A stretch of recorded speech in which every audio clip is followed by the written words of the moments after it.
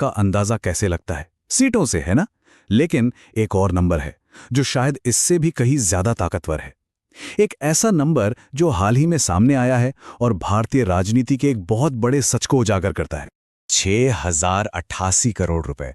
सुनने में लगता है जैसे किसी बहुत बड़ी मल्टीनेशनल कंपनी का सालाना प्रॉफिट हो, लेकिन नहीं, ये असल में सिर्फ एक साल में एक अकेली राजनीतिक पार्टी, भारतीय जनता पार्टी को मिला चंदा है। तो असली सवाल ये नहीं है कि पैसा कहां से आया। बड़ा सवाल तो ये है कि राजनीति में इतना पैसा आता ही क्यों है और इसे देने के पीछे का असली मकसद क्या होता है। चलिए आज इसी गुत्थी को सुलझाने की कोशिश करते हैं।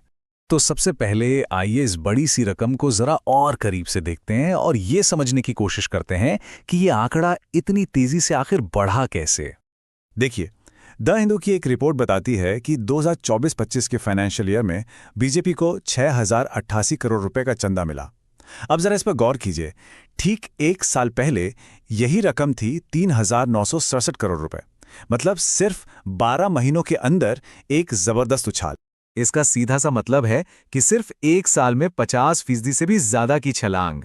राजनीतिक फंडिंग की दुनिया में ये रफ्तार किसी रॉकेट से कम नहीं है। अब इस आंकड़े को अकेले देखने से पूरी तस्वीर साफ नहीं होती। इसे बेहतर तरीके से समझने के लिए इसकी तुलना दूसरी पार्टियों से करनी होगी, तभी हमें संसाधनों के बीच की खाई का अंदाजा लगेगा। लेकिन ये कहानी सिर्फ एक पार्टी के बारे में नहीं है। जब हम इसकी तुलना दूसरी सबसे बड़ी पार्टी यानी कांग्रेस से करते हैं तो फंडिंग की एक ऐसी खाई नजर आती है जो सच में चौंकाने वाली है। सीधे सीधे शब्दों में कहें तो बीजेपी को कांग्रेस के मुकाबले 10 से 12 गुना ज्यादा चंदा मिला। सोचिए, 10 से 12 गुना, ये कोई छोटा मोटा अंतर नहीं है। और हमें यह समझना होगा कि ये फासला सिर्फ पैसों का या आंकड़ों का नहीं है। ये सीधा सीधा ताकत का फासला है, असर का फासला है।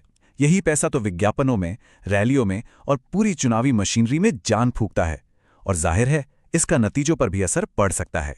तो सवाल उठता है कि फंडिंग में ये जबरदस्त उछाल आया कैसे। इसकी जड़ तक जाने के लिए हमें उस सिस्टम को समझना होगा जिसने इसे मुमकिन बनाया, यानी इलेक्टोरल बॉन्ड्स। इस पूरी कहानी को समझने के लिए चलिए थोड़ा पीछे चलते हैं। 2014 के बाद से बीजेपी की फंडिंग में लगातार इजाफा देखा गया। फिर साल 2017 में एक नया सिस्टम लाया गया जिसने सारा खेल ही बदल दिया, इलेक्टोरल बॉन्ड्स। और फिर हाल ही में 2024 में सुप्रीम कोर्ट ने सिस्टम को यह संवैधानिक करार दे दिया। तो ये इलेक्टोरल बॉन्ड्स थे क्या? ये आप कह सकते हैं एक ऐसा जरिया था जिससे कोई भी व्यक्ति या कोई भी कंपनी किसी भी राजनीतिक दल को गुमनाम रहकर, मतलब अपना नाम बताए बिना, चंदा दे सकता था। और क्योंकि चंदा देने वाले का नाम पब्लिक नहीं होता था तो पारदर्शिता पर एक बड़ा सवालिया निशान लग गया।